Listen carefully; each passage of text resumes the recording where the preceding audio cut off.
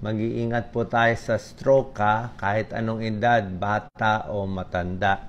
Ngayon, ang bagong pag-aaral, yung mga mas bata ngayon, dumarami ang nai-stroke.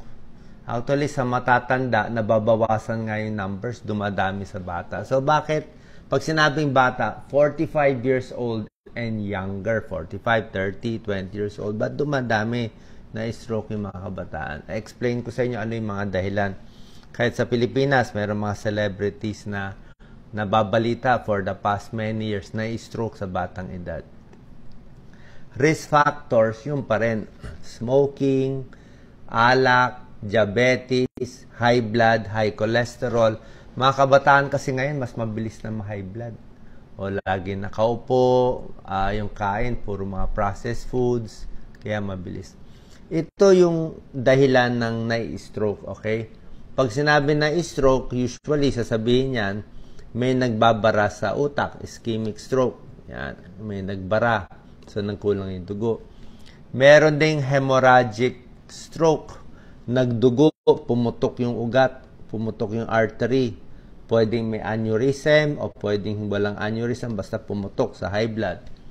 Meron din tinatawag na transient ischemic attack. Ibig sabihin, sandaling panahon lang na stroke, nangiwi siya, humina kamay, pero after 1 minute, a few minutes, nalusaw yung bara. Gumanda ulit yung kamay, nawala yung mga na-paralyze. So, maganda to. Transient ischemic attack, parang mini stroke yan na nawala.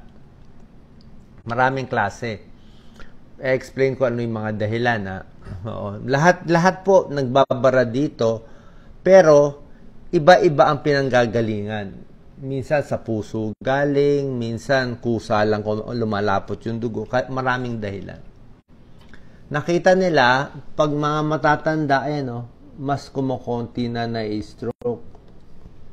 Kasi malamang dahil yung mga kabataan, edad 15 to 34 years old, 35 to 44, tumataas. 10%, 15%, 36%, 52%. Dumadami na-stroke sa mga mas bata. Ito, 45 above, nababawasan na nga. Ito, madalas ang dahilan ba't na-stroke. Basta 45 and below, maagang nagbabara yung ugat. Maagang high blood, maagang diabetes, maagang cholesterol. Okay? Cardioembolism, galing sa puso. May problema sa puso. Doon nanggagaling yung mga tumitigas na dugo, umaakyat sa utak, stroke. Merong napupunit, dissection. Napupunit yung mga ugat, artery dito, napunit, ay nagdudugo din.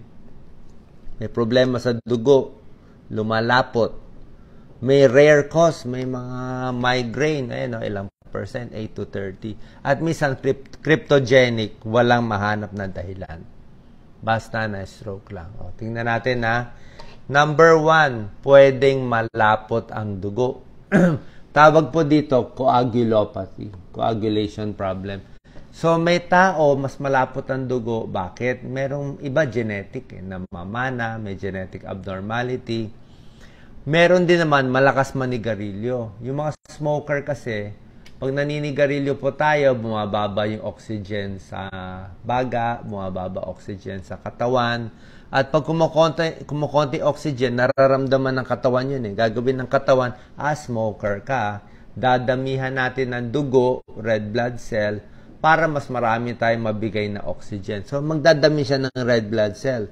Pag sumobra dami itong red blood cell, ito parang salbabida itsura, sisikip ang daanan. Lalapot ang dugo. Diba? Kumakapal dumadami itong mga red blood cell, lalapot ang dugo, mas mabilis magdikit-dikit. Pag nagdikit-dikit yan, nag-blood clot, barado sa ulo. Prone sa stroke, polycythemia. Meron ding stroke galing sa puso. Ito, may model tayo ng puso. Maraming dahilan pwede manggaling sa puso. Merong mga congenital heart disease. Bata pa, may butas na sa puso. Hindi na ayos. So, pag may butas sa puso, minsan yung galing sa ibang parte ng katawan, galing sa paa na nagbuo ang dugo, pupunta sa puso, dapat mag-i-stop na doon, pupunta sa utak dadaan from right atrium to left atrium, may ganon. Meron ding isang klaseng butas sa puso na patent foramen ovale between right atrium, left atrium. Pag yung baby nasa loob pa ng tiyan ng nanay, open talaga yun. Itong butas dito sa may bandang taas. Pero pag pinanganak, dapat nagsasara. May ibang tao hindi nagsasara. Parang may flap dyan. So minsan, pag may nagbubuo sa paa na dugo, imbis na ma-stack up na sa lungs, hindi, lumulusot sa butas. Paglusot, pupunta sa left atrium, left ventricle. Pagpunta sa left ventricle, akyat na niya sa aorta. So pag akyat niya sa aorta, marami pwede puntahan yung namuong dugo. Pwede umakyat dito sa utak, pwede pumunta sa kamay, pwede pumunta sa paa. Maraming tatapunan yung para siyang bilog na tumigas na dugo, blood clot. So, yun po isa, patent foramen ovale. Pwede ding rheumatic heart disease. Pag rheumatic heart disease, ibig sabihin yung valvula nasira, nagkaroon ng bacteria, usually tonsils yan tonsillitis sa kabataan, 5 years old, 10 years old, napunta dito sa valve, nagloko yung valve, nasira, may mitral regurgitation, may mitral stenosis. Kaya yung daloy ng dugo hindi na maganda, lumalapot ang dugo, tatapon din. Pag may nagbuo, akyat sa ulo, na stroke. Okay? Meron din infective endocarditis, nag-i-infection yung valvula na may sira, magtatapon din ng dugo, baka may bacteria pa yun, tatapon dito sa ulo, o sa kamay, o sa paa, depende. Para siyang, paano ba ma-explain? Para siyang pinball, di ba? Minsan may mga game, pag hindi mo alam saan pupunta yung bilog Kung tsumamba sa ulo pumunta, di may stroke. Pag sa kanan pumunta, sa kanan. Pag sa kaliwa, walang makakaalam Pag bumaba, pag hindi umakyat dito, nabarahan, pumunta sa paa, yung paa mababarahan. Mangingitim yung paa. Kung sa kamay nagbara yung blood clot, yung kamay ang mamamanhid, kamay ang magkakaproblema. Kung bumaba sa may tiyan, pumunta sa kidneys naman ang barado. So, ganun po nangyayari. Meron ding atrial fibrillation. Ibig sabihin, nagloloko yung tibok. Imbis na normal na labdab, yun ang normal na puso. Nagloloko, parang ngayon, nabibilis, babagal, yung tibok, mas bibilis na naman. Pag abnormal yung tibok, pwede rin mag-blood clot. So, ang daming cause galing sa puso. Tawag dyan, cardioembolic. Cardiac embolus yung nagbabato ng mga namumuong dugo, delikado. Stroke ang papunta doon. Okay? Kaya ang binibigyan ng pampalabnaw ng dugo. Kaya sikat na sikat yung mga aspirin, mga Plavix, mga warfarin, Coumadin, mga pampalabnaw ng dugo para nga hindi ma-stroke. Merong stroke naman, ito common to sa mga kabataan, yung aneurysm. Sabihin, pinanganak sila abnormal yung ugat sa ulo. May lobo. Pwedeng genetic na lumalaki yan. So, pag lumulundo yan, pag mataas konti blood pressure mo, na stress, na galit, kumanta, umiri, yung dugo, mataas yung blood pressure, mas mabilis siya mapunit Kasi kung wala ito, di diretso lang, di ba? Kung puputok, dito puputok. Ito, yung dugo papasok sa loob, lalabas. So, panipis to ng panipis, nag-headache yan. Headache. Pag pumutok yan, pwedeng maraming dugo lumabas. So, pag pumutok yan, brain hemorrhage, tapos maiipit yung pang-consciousness natin, mawala ng malay, mamatay yung tao. Okay? Yan ang brain aneurysm at mga stroke, pwede rin yan. Yan ang common. Polycystic kidney disease, may tao pinanganak na maraming cyst sa kidneys.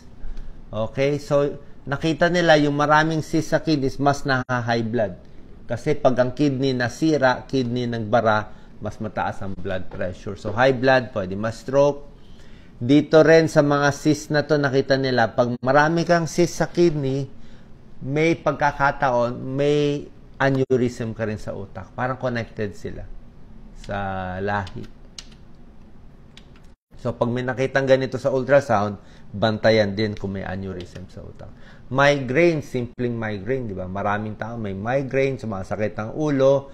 Migraine is one-sided yung masakit, humihilab, parang nagtatrab yung sobrang sakit. Pag nai-stress, napupuyat. Minsan, bago dumating yung migraine, may nakikitang aura, may parang spark, o merong ibang nararamdaman. Usually, migraine, headache lang, tapos na, yun lang. Kaya lang, rarely, bihira lang, pero may chance na pag madalas ka ng ma-migraine, mas mataas ang risk mo na ma-stroke. Okay? Bihira mangyari, pero kumpara sa taong walang migraine, yung may migraine, syempre, minsan nag-i-spasm yung mga ugat natin sa utak. Pag may migraine, habang humihilam masyado, minsan tumutuloy sa stroke. So, isang risk factor to pag may migraine, higher risk for stroke. So, lahat itong mga risk factor for stroke, kailangan babawasan natin. So, migraine dapat gagamutin. Ano pa yung mga nagpapataas sa stroke? Sigarilyo, nagpapataas sa stroke. Smoking. Alak, nagpapataas din ng stroke. So, alak na malakas, sigarilyo pa, may migraine pa, higher risk. Artery tears, minsan napupunit yung mga artery dito, kaya ingat sa mga sports na very violent, o minsan yung sobrang taas yung tingin na bigla, o minsan yung namamanipulate yung ulo, let's say, bagong gupit ka, sinashampoo doon sa mga salon, iniikot-ikot yung ulo, masyado na overstretch, may napupunit. Kahit sa mga chiro, marami naman chiro na safe, di ba? Pero ingat lang tayo, may chance din minsan.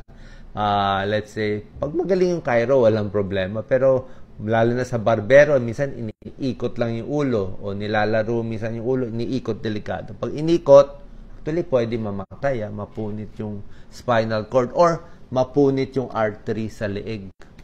So, either vertebral artery sa likod or carotid artery pwede. Drug abuse pwede rin.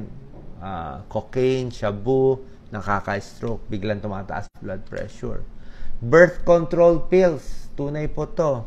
Okay? Hindi ko sinasabi bawal uminom ng birth control pills. Kung yan ang paniniwala nyo, marami ng anak, kailangan mag-control, pwede po yan. Mag-usap kayo ng OB-GYN. Pero, pag iinom ng birth control pills, may konti, ulitin ko, konti lang naman, konting pagtaas ng risk ng stroke. So, kung healthy ka naman, pwede ka mag-birth control pills, okay. Pero, kung may high blood ka, naninigarilyo ka, di ba? O may lahi ka na nagbubuo yung dugo sa paa, maraming varicose or something, hindi ka nabibigyan ng birth control pills kasi tataas risk mo for stroke. Diba? So, dapat yung healthy lang. Para kahit tumaas ang risk, kung yan lang naman ang risk mo, hindi ka dapat may stroke. Poor health habits, sigarilyo, puro fast foods. Yan. Prone to diabetes, high blood, kaya na-stroke. Pag stroke, biglang nangingiwi, biglang na humihina, namamanhid, basta bigla, kaya nga stroke. Dadalhin agad sa hospital within 3 hours. Kailangan po yun. Risk factors, high blood, obesity, kulang sa exercise, malakas humilik, hindi rin maganda, sleep apnea. Ito po, nabanggit ko na kanina. Stroke prevention, tuloy-tuloy lang exercise, kumain ng masustansya, control ang cholesterol, lalo na yung high blood. High blood talaga pinaka-control. At diabetes, tigil sigarilyo at alak. Meron ding tinatawag na aneurysm na discuss ko kanina, yung sobrang sakit ng ulo, pumutok dito sa utak. Yan po, inulit lang natin, aneurysm. Kaya nagdudugo, aneurysm. Pag aneurysm or any brain problem, CT scan agad para makita may nagdugo ba, may nagbara. Pero kung aneurysm na hindi pa pumuputok, wala pa makikita sa CT scan. Kailangan mo cerebral angiogram. Naglalagay ng dye, nakikita yung mga ugat sa utak. So, sa angiogram, makikita kung merong lumulundo. Yan o, merong nakalobo. Pag may nakitang aneurysm sa angiogram, sabihin, laging masakit ang ulo, paulit-ulit, pa-check tayo sa neurologist. Siya magsasabi kung kailangan i-check. Merong mga procedure, merong mga clipping ng aneurysm, kiniklip siya, iniipit siya para mawala itong lobo. Or meron nilalagyan ng coil. Ito, hindi na talaga opera tawag dyan. Para mas minor yung procedure, lalagyan ng coil para mas stable, hindi pumutok. Okay? Marami walang symptoms pag brain aneurysm, minsan walang headache. Pero pag sumasakit-sakit ng ulo, ibig sabihin, delikado, namamaga-maga na to, baka pumutok na siya. Okay? Sana nakatulong tong video para makaiwas tayo sa stroke sa batang edad. Healthy living ang kailangan po. God bless. Thank you.